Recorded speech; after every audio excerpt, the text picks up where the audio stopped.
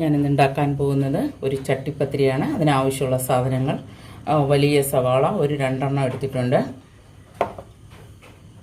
ഒരു 250 gram mutton എടുത്തിട്ടുണ്ട്. അതിൻ്റെ എല്ല് മാറ്റിയിട്ട് ഉപ്പും കുരുമുളകും മഞ്ഞൾപ്പൊടിയും ചേർത്ത് വേവിച്ച് ചെറിയ കഷ്ണങ്ങളാക്കിയത്, 3 ഇഞ്ചിൻ്റെ ഒരു കഷ്ണം ഇഞ്ചി ചതച്ചത്, 6-7 വെളുത്തുള്ളി ചതച്ചത്, 3 പച്ചമുളക് ചെറിയ കഷ്ണമായിട്ട് അരിഞ്ഞത്, 6-7 ചെറിയ ഉള്ളി ചതച്ചത്, മല്ലിയില, മഞ്ഞൾപ്പൊടി, മുളക് പൊടി 1 സ്പൂൺ, മല്ലിപ്പൊടി, ഗരം മസാല, കുരുമുളക് പൊടി, മിൻറ്റ് ഞാൻ എടുത്തിട്ടുള്ളത് ഡ്രൈ മിൻറ്റാണ് എടുത്തിട്ടുള്ളത്, 4 മുട്ട, 1 കപ്പ് മൈദ, 1/2 കപ്പ് പാൽ, പിന്നെ എണ്ണ, ഉപ്പ്, വെള്ളം. നമുക്ക് പാൻ അടുപ്പത്തോട്ട് വയ്ക്കാം. ഫ്ലെയിം ഓണാക്കുകയാണ്. പാൻ അടുപ്പിലേക്ക് വെച്ചു. ഞാൻ ഇതിലേക്ക് എണ്ണ ഒഴിച്ചു കൊടുക്കുകയാണ്. എണ്ണ ഒരു 2-2.5 സ്പൂൺ മതിയാവും.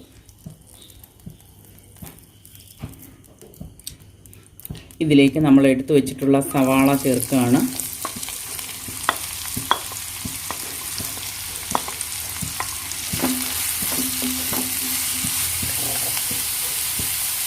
സവാള വഴണ്ടി വരാൻ വേണ്ടിയിട്ട് ഞാൻ കുറച്ച് ഉപ്പ് ചേർക്കുന്നുണ്ട്.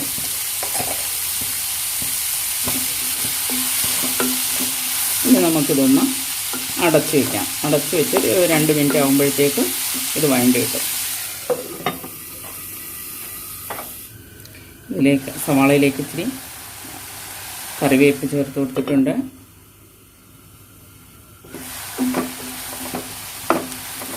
ആ കറിവേപ്പിൻ്റെ സവാളയുടെ ഒരു നല്ല മണമൊക്കെ വരുന്നുണ്ട്. ഒന്നുകൂടി വഴണ്ടി വരണം. നമുക്കൊന്നുകൂടി അടച്ചു വയ്ക്കാം. നമ്മുടെ സവാള എന്തായി എന്ന് നോക്കാം. ഏകദേശം വഴണ്ടി വന്നിട്ടുണ്ട്. ഇനി നമുക്ക് ഇഞ്ചി ഇതിലേക്ക് ആഡ് ചെയ്യാം. ഇവിടെ തന്നെ വെളുത്തുള്ളി ചേർക്കുകയാണ്.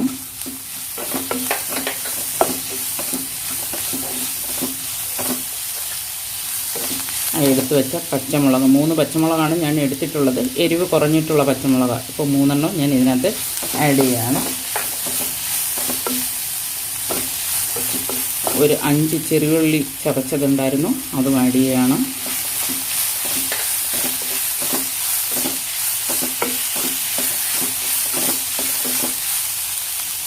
കാൽസ്യം മഞ്ഞൾപ്പൊടി ചേർക്കുകയാണ്.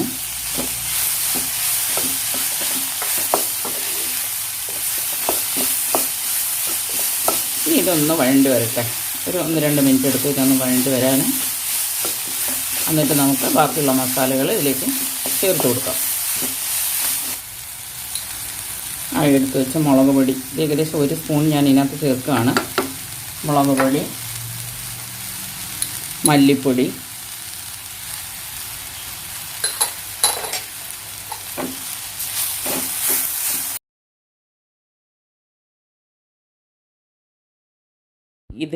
ഇതിൽ ഞാൻ കാശ്മീരി മുളക് പൊടിയാണ് ഉപയോഗിച്ചിട്ടുള്ളത്. ശരിക്കും ഇതിൽ കുരുമുളകിൻ്റെ എരിവ് മാത്രമേ ഉണ്ടായിരിക്കത്തുള്ളൂ. ഗരം മസാല പകുതി ചേർക്കുകയാണ് ഇതിലേക്ക്. പകുതി നമുക്ക് വെന്ത് കഴിഞ്ഞിട്ട് ചേർക്കാം.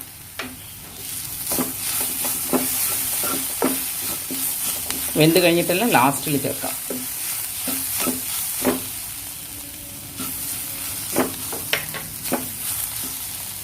ഇപ്പോൾ മസാലയുടെ കുത്തൽ മണമൊക്കെ മാറിയിട്ടുണ്ട്. ഞാൻ ഇനി ഇതിലേക്ക് മട്ടൺ ചേർക്കുകയാണ്.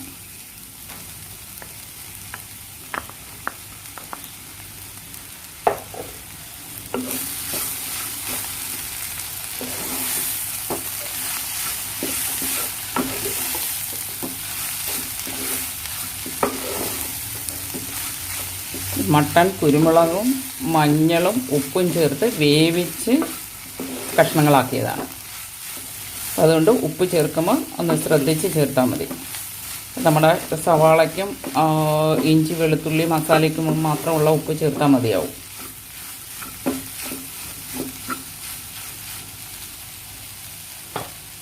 നമുക്ക് റെഡിയാവാൻ വേണ്ടിയിട്ട് ഒന്ന് അടച്ചു വയ്ക്കാം.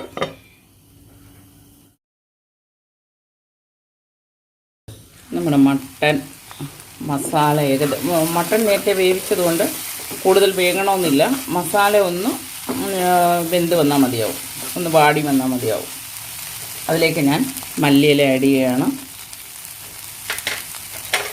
എടുത്തു വെച്ചിട്ടുണ്ടായിരുന്ന പുതിനയില ഇതിലേക്ക് ചേർത്ത് കൊടുക്കുകയാണ്. പുതിനയിലയും മല്ലിയിലയും നിങ്ങൾക്ക് വേണ്ടാന്നുണ്ടെങ്കിൽ ചേർക്കണമെന്നില്ല, അവോയ്ഡ് ചെയ്യാവുന്നതാണ്. പുതിനയും മല്ലിയൊക്കെ ചേർക്കുമ്പോഴാണ് ഇതിൻ്റെ ഒരു കറക്റ്റായിട്ടുള്ളൊരു ടേസ്റ്റ് വരുന്നത്. എടുത്ത് വെച്ച കുരുമുളക് ഇതിലേക്ക് ചേർത്ത് കൊടുക്കുകയാണ്. എരിവ് നിങ്ങളുടെ ഇഷ്ടത്തിനനുസരിച്ച് ചേർത്താൽ മതി. ഇപ്പം ഞാനിതിൽ കുറച്ച് കൂടുതൽ എരിവ് ചേർത്തിട്ടുണ്ട്. കാരണം ചട്ടിപ്പത്തിരിയിൽ കുറച്ച് കൂടുതൽ എരിവ് ചേർത്താൽ മാത്രമേ അതിനൊരു ടേസ്റ്റ് ഉണ്ടാകത്തുള്ളൂ. ലാസ്റ്റിൽ നമ്മൾ എടുത്ത് വെച്ചിട്ടുള്ള ഗരം മസാല ബാക്കിയും കൂടെ ആഡ് ചെയ്യുകയാണ്. നമ്മൾ ആദ്യം പകുതി ഗരം മസാല ആഡ് ചെയ്തിട്ടുണ്ടായിരുന്നു, ഇപ്പം ബാക്കിയും കൂടെ ഇതിലേക്ക് ആഡ് ചെയ്തു. ഞാൻ ഫ്ലെയിം ഓഫ് ആക്കുകയാണ്. ഇനി ഇതൊന്ന് തണുക്കാനായി നമുക്ക് മാറ്റി വയ്ക്കാം. ആ സമയം കൊണ്ട് നമുക്ക് നമ്മുടെ പത്തിരിക്കുള്ളത് റെഡിയാക്കി എടുക്കാം. ചട്ടിപ്പത്തിരി ഉണ്ടാക്കാനുള്ള മാവ് നമുക്ക് റെഡിയാക്കി എടുക്കാം. അതിന് വേണ്ടിയിട്ട് ഞാൻ 1 കപ്പ് മൈദ എടുത്തിട്ടുണ്ട്. അതൊരു ബൗളിലേക്ക് തട്ടിയിടുകയാണ്. അതിലേക്ക് 1 മുട്ട ഞാൻ ചേർക്കുകയാണ്. കൂടെ തന്നെ കുരുമുളക് പൊടി, ഒരു 1/4 സ്പൂൺ കുരുമുളക് പൊടി. കുരുമുളക് പൊടി നിങ്ങൾക്ക് എരിവ് വേണ്ടാന്നുണ്ടെങ്കിൽ നിങ്ങൾക്ക് അവോയ്ഡ് ചെയ്യാവുന്നതാണ്. ആവശ്യത്തിന് വെള്ളവും. ഇത് ശരിക്കും ഒരു പാലാട ഒക്കെ ഉണ്ടാക്കുന്ന ആ പരുവത്തിൽ നമുക്ക് റെഡിയാക്കി എടുത്താൽ മതിയാവും.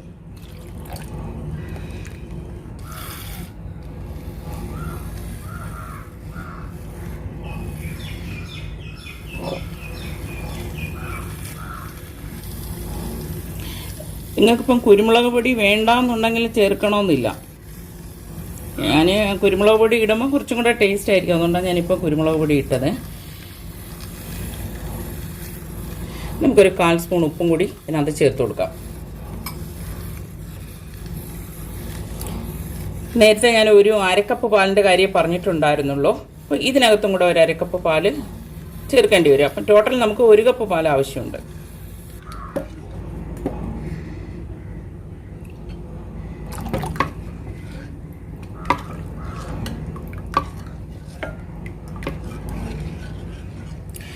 നമ്മുടെ മാവിപ്പം ഈ ഒരു പരുവത്തിൽ നമുക്ക് കിട്ടണം.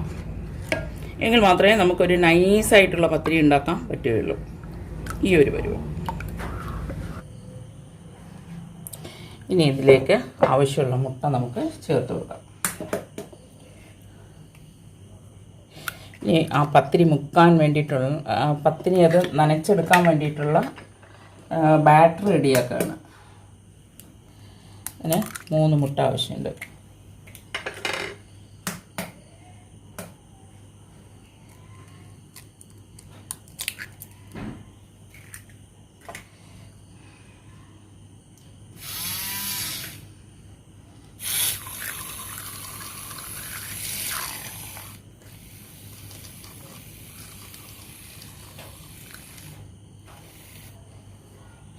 ഇതിലേക്ക് 1/2 കപ്പ് പാല് ചേർക്കുകയാണ്.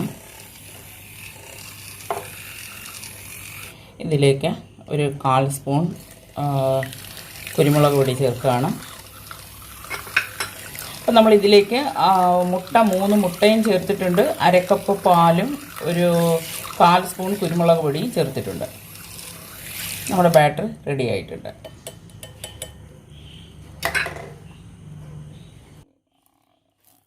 ഇത്തിരി നെയ്യ് തേച്ച് കൊടുക്കുകയാണ്. അതിലേക്ക് നമ്മൾ നേരത്തെ എടുത്ത് വെച്ചിട്ടുള്ള മൈദയും പാലും 1 മുട്ടയും ഉപ്പും കൂടെ ചേർത്തതാണ്. അത് നമുക്ക്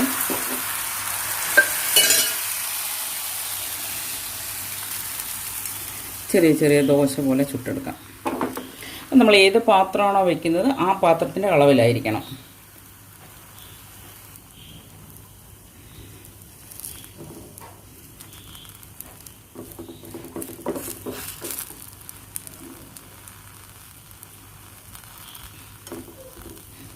നമുക്കിതൊന്ന് മറിച്ചിട്ട് കൊടുക്കാം.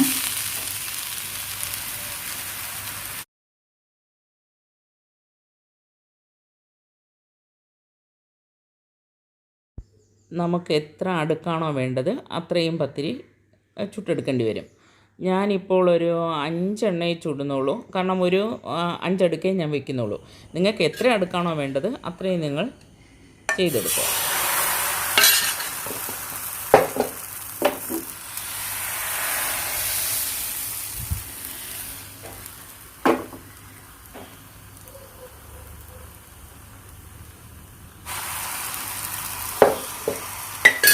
നമ്മുടെ 5 പത്തിരിയും ചുട്ട് ഒഴിച്ചു കഴിഞ്ഞു.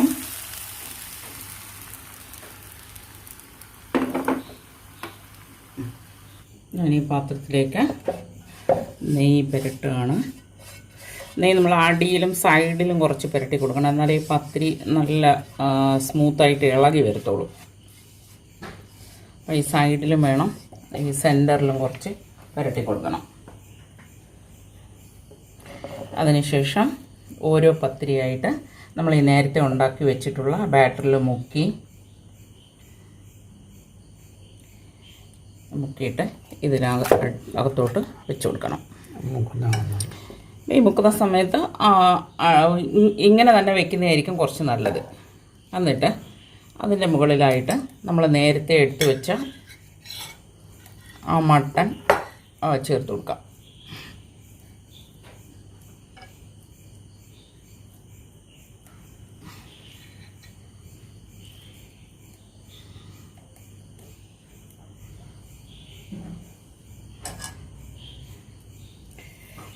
വീണ്ടും അടുത്ത പത്തിരി എടുത്ത് ഈ പാല്, മുട്ട ഇതിൽ ചേർത്തിട്ടുള്ളത് നേരത്തെ കണ്ടതാണല്ലോ, അതിൻ്റെ മുകളിലായി അടുത്ത പത്തിരി വെച്ച് കൊടുക്കാം.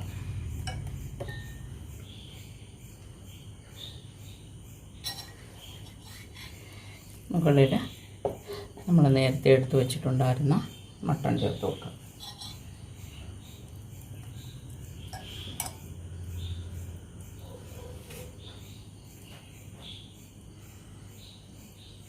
വീണ്ടും അതുപോലെ തന്നെ പത്തിരി വെച്ച് കൊടുക്കാം.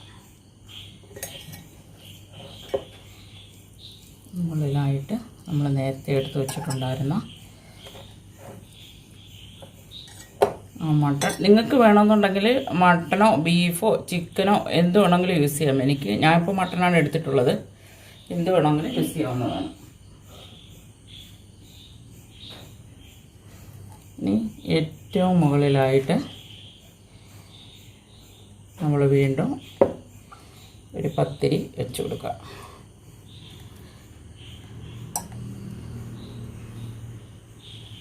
ഞാനിപ്പോൾ ഒരു ദോശക്കല്ലെടുത്ത് അടുപ്പിൽ വച്ചിട്ടുണ്ട്, ഫ്ലെയിം ഓണാക്കുകയാണ്.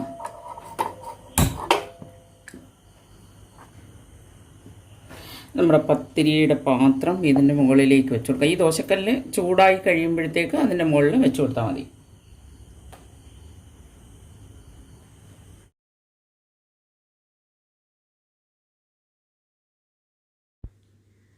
നമ്മുടെ ബാക്കി വന്ന ആ മുട്ടയും പാലും ഇതിൻ്റെ മുകളിലേക്കും ഒഴിച്ചു കൊടുക്കുക. ഇതിൻ്റെ മുകളിലും സൈഡിലും എല്ലാം എത്തത്തക്ക രീതിയിൽ. ഇപ്പം എൻ്റെ പാത്രം ഇച്ചിരി വലുതായിപ്പോയി, അതുകൊണ്ടാണ് ഇതിങ്ങനെ നിൽക്കുന്നത്. കറക്റ്റായിട്ടുള്ള പാത്രമായിരുന്നു എന്നുണ്ടെങ്കിൽ ഇതിലും കുറച്ചും കൂടെ ഇതായിട്ടിരുന്നേനെ.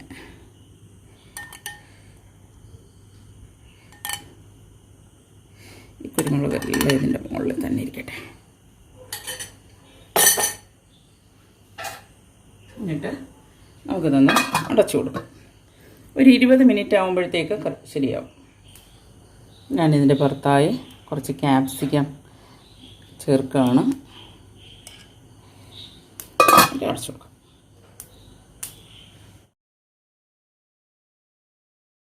നമ്മുടെ ചട്ടിപ്പത്തിരി എന്തായിട്ടുണ്ടെന്ന് നോക്കാം. ഏകദേശം റെഡി ആയിട്ടുണ്ട്. ഇതൊരു പാനിലേക്ക് മാറ്റുകയാണ്. കാരണം ഇതിൻ്റെ മുകളിലുള്ള ഭാഗം ഒരിഞ്ഞിട്ടില്ല, അടിയിൽ മാത്രമേ ഒരിഞ്ഞിട്ടുണ്ടാവത്തുള്ളൂ. അപ്പോൾ ഞാനിതൊരു പാനിലേക്ക് മാറ്റാം.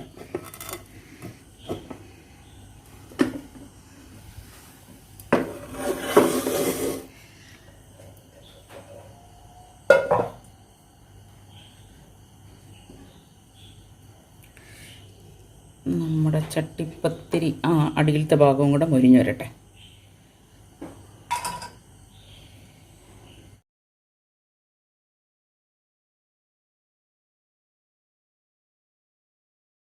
നമ്മുടെ പത്തിരി വെന്ത് വരുന്ന ഒരു മണമൊക്കെ വരുന്നുണ്ട്. നമുക്ക് കുറച്ചുകൂടി മൊരിഞ്ഞു കഴിഞ്ഞാൽ നമുക്കിത് മാറ്റാം. ഏകദേശം ഇതൊരു 2 മിനിറ്റ് ഇങ്ങനെ ഇട്ടാൽ മതിയാവും. നമ്മുടെ പത്തിരി ഏകദേശം റെഡി ആയിട്ടുണ്ട്. ഞാൻ ഫ്ലെയിം ഓഫ് ആക്കുകയാണ്. ഇനി നമുക്ക് ഈ ഒരു പ്ലേറ്റിലേക്ക് നമുക്ക് മാറ്റാം.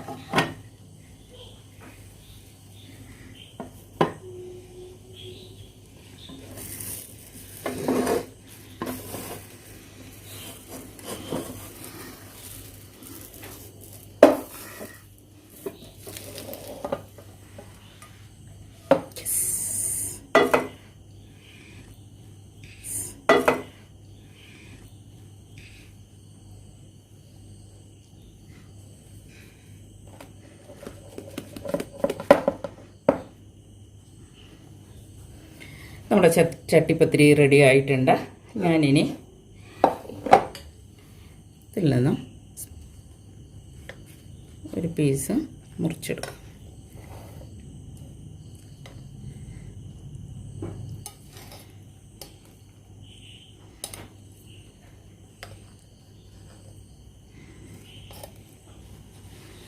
ഇതൊരു പ്ലേറ്റിലേക്ക്